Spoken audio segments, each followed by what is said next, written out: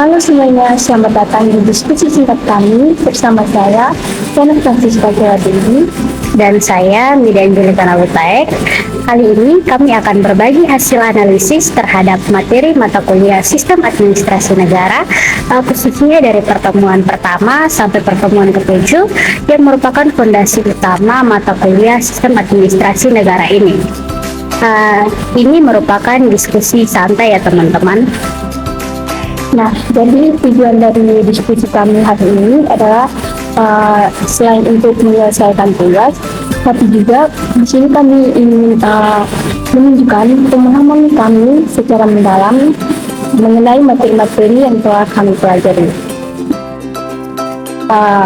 Pada pertemuan yang pertama, kami membahas tentang pendekatan teori sistem, di mana di sini kita langsung dihantam oleh teori sistem.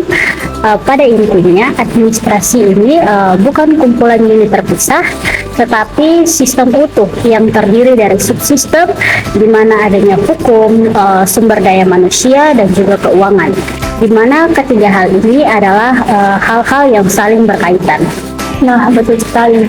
Hal ini penting karena adanya konsep emergency, yaitu kalau suatu subsistem itu bermasalah, seluruh sistem akan terganggu.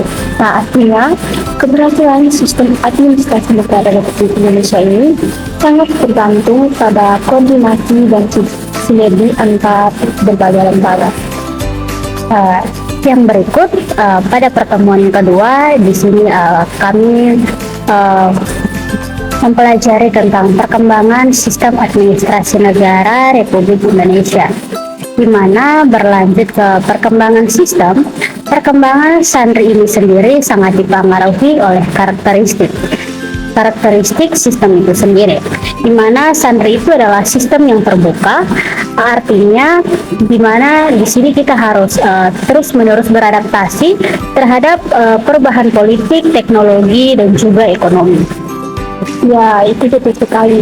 Hal ini kenapa sistem itu harus terus-menerus mengupdate dirinya agar tidak terjadinya atau suatu sistem itu tidak hancur begitu.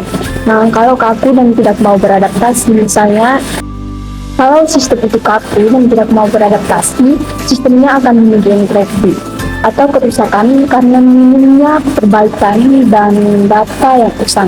Jadi perkembangan Sandi ini selalu dalam proses filantropi atau perbaikan secara berkelanjutan. Nah, adaptasi itu dipicu oleh lingkungan yang strategis.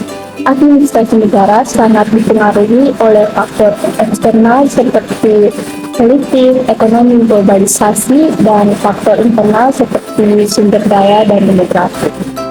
Nah, jadi di sini juga termasuk dalam ekologi administrasi, di mana penjelasan mengapa implementasi kebijakan selalu bervariasi karena dipengaruhi oleh lingkungan sekitarnya.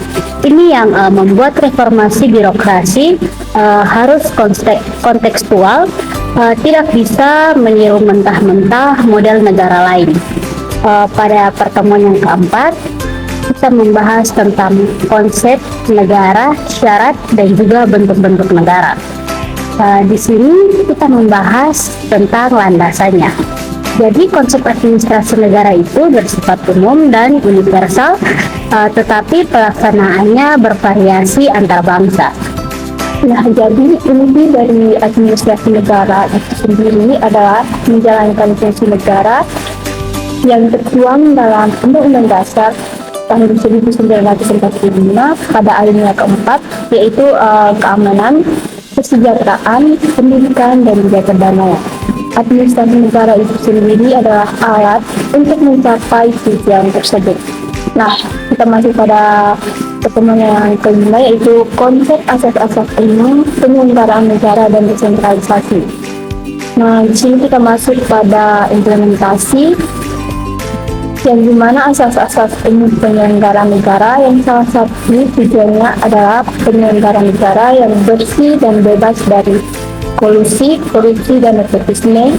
Hal ini menjadi fondasi utama dari etika birokrasi.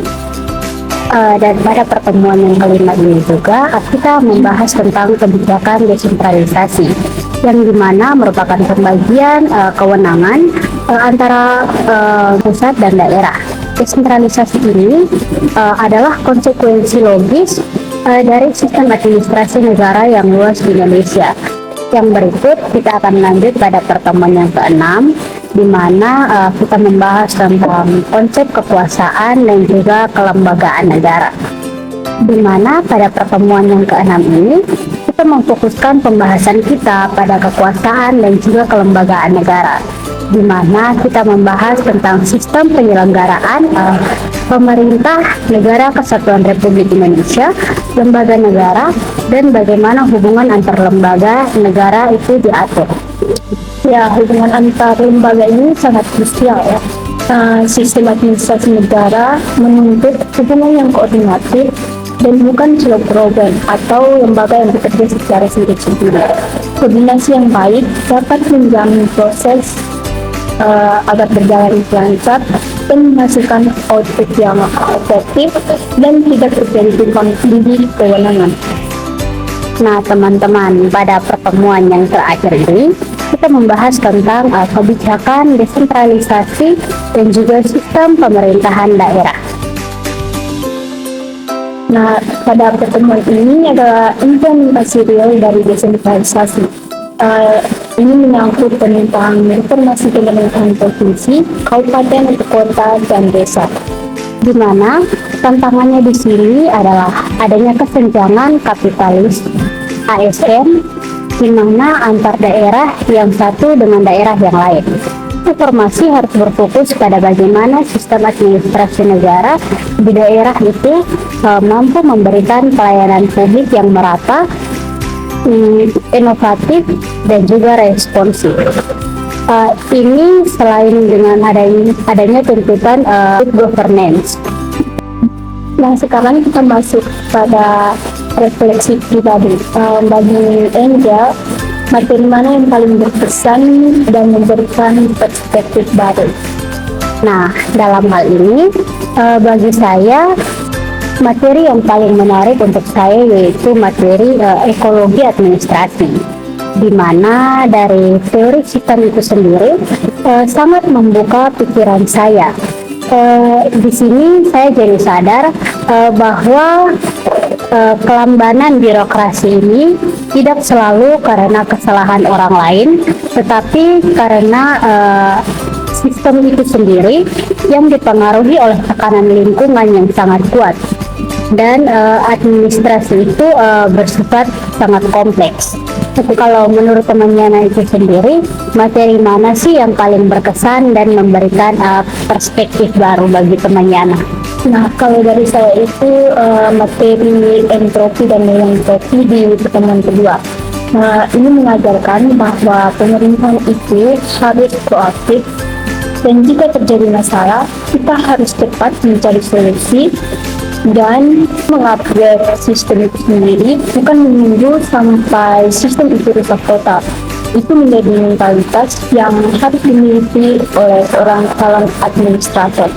Jadi singkatnya teman-teman, sistem administrasi itu bukan sekedar teori yang ada di buku saja, tetapi adalah sistem yang hidup dan dinamis yang menuntut kita sebagai calon administrator untuk selalu adaptif.